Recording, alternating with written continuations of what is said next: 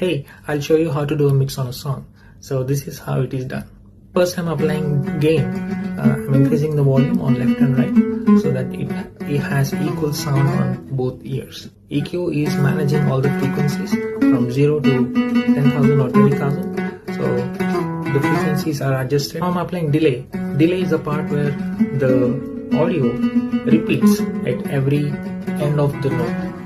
Now I'm applying reverb. Reverb maximizes the room and then it gives you a whole feel like a bodily sound. Now I'm applying compressor. Compressor does the volume down and then it increases the density of the audio. Now I'm applying tremolo.